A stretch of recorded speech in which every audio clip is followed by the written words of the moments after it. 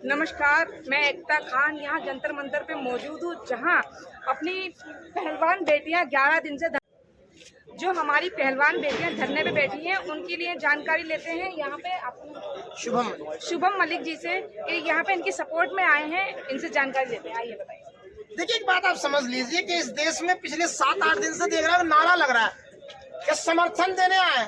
भाई, समर्थन तो बड़े राजनेता देते हैं एसी के कमरों से बैठ के ट्वीट करके, हम बेटियों के साथ हैं। एसी का कमरा एसी बंद करने को तैयार नहीं और वो बेटियों के साथ है।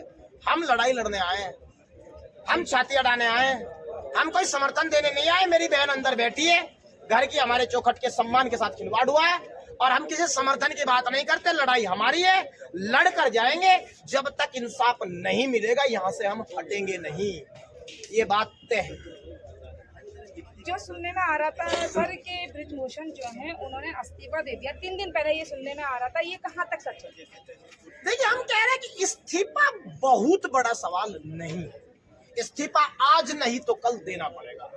इस्तीफा देने की बात क्यों कर रहे हैं? वो इसीलिए कर रहे हैं कि अगर इस गद्दी को दांव पे लग करके मेरी ये कुकर्मों की राजनीति बच जाए तो ये गद्दी सस्ती नजर आएगी।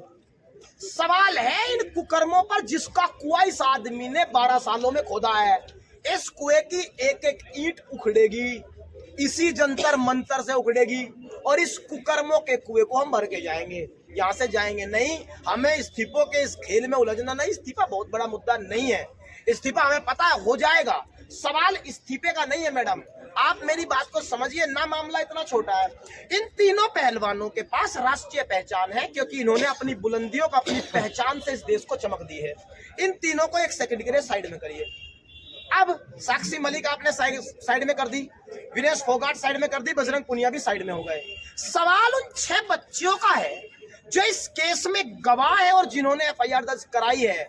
वो इतने गरीब घरों से आती है मैडम कि घर में भले ही खाने को आटा नहीं था, लेकिन उस बाप ने मिट्टी को नगीना बना लिया अपनी बच्ची को पहचान देने के लिए। वो गरीब घरों से आती है। इस बात की गारंटी कौन देगा कि जिस आदमी पर इतनी लंबी एफआईआर की एक फहरिस्त हो और अगर आप गौर से देख रहे हो 307 के जैसा मुकदमा हो, मर्डर जैसी 302 की धारा हो, उन बच्चों के घर वाले सुरक्षित कैसे रहेंगे? सवाल इस बात पे है। तो इसीलिए जब तक ये आदमी बाहर है उनका भविष्य खतरे में है। इस आदमी को पहले सलाखों के अंदर होना होगा, तभी उन बच्चों का सुनहरा भविष्य हम गढ़ पाएंगे। यही लड़ाई है।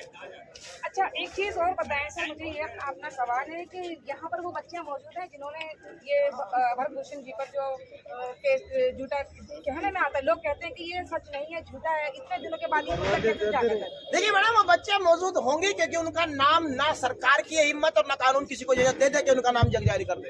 होंगी यहाँ बच्चियाँ, उनका नाम हम किसी को नहीं बताएंगे, ना कानून को अधिकार है कि उनका नाम डिस्क्लोज करे। यहाँ सब बच्चियां हैं। यहाँ आप आई हैं क्यों? क्योंकि अपनी उस छोटी गुड़िया के भविष्य के लिए जो शायद अभी चलना भी नहीं सीखी होगी, वो बच्चियां यहाँ हो या ना हो, लेकिन उनकी माँ, उनका भाई यहाँ मौजूद है और ये अपने आप में बहुत है। लड़ाई करते हैं सर, यहाँ पे जो बेटियों के साथ आए दिन जो घटनाएं हो रही हैं उसका कारण खुद बेटियां हैं या फिर कुछ? मैडम, इस देश ने एक वर्ग ऐसा भी देखा जो इतना गिर चुका था कि निर्भया मामले में हमने कुछ गिरे हुए लोगों को ये कैसे देखा, वो घर से बाहर क्यों निकली थी। ये सवाल कभी था ही नहीं कि इसके लिए महिला जिम्मेदार है। मैं आपको एग्जांपल देता हूँ। इस देश में 8 साल की बच्ची आसिफा का रेप होता है और उसकी मौत हो जाती है। 8 साल की बच्ची थी, उसको किस लिए जिम्मेदार हो सकती है? एक बात आप समझ लीजिए, नारी इस देश की लक्ष्मी है। और चौधरी चरण सिंह कहा करते थे कि बच्ची ने जो अपने मुंह से एक बार बोल दिया उस पर कभी जीवन में शक मत करना, उसका वक्तव्य ही सबूत होता है। इसीलिए महिलाएं न कभी जिम्मेदार थी। ये पुरुष शोधक समाज अब महिलाओं की तरफ बढ़ेगा क्योंकि जब इस देश में पहली बार बराक ओबामा इस धरती पर आते हैं राष्ट्रपति रहते हुए अमेरिका के, इस देश के सबसे पुराने लोकतंत्र के राष्ट्रपति थे वो, उनको सैल्यूट किसी लड़के ने नहीं दिया था, पूजा ठाकुर ने दिया था। वो बच्ची थी इस हिंदुस्तान की जिसने दुनिया के सबसे पुराने लोकतंत्र के बराक ओबामा को खड़े होकर हिंदुस्तान की पहचान के रूप में सैल्यूट किया था।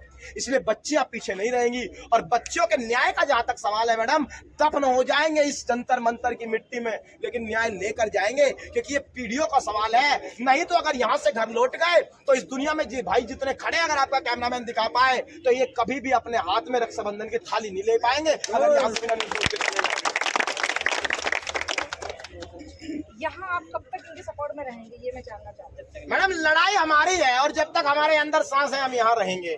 जब हमारे अंदर की सांस पूरी हो जाएगी तो हम तो सादत का नाम लिखवा जाएंगे। आने वाली पीढ़ियां फिर इस आंदोलन को आगे बढ़ाएगी। ये खत्म होने वाला आंदोलन नहीं है, ये इतना बड़ा आंदोलन है कभी नहीं है। इसका कारण बताता हूँ मैडम।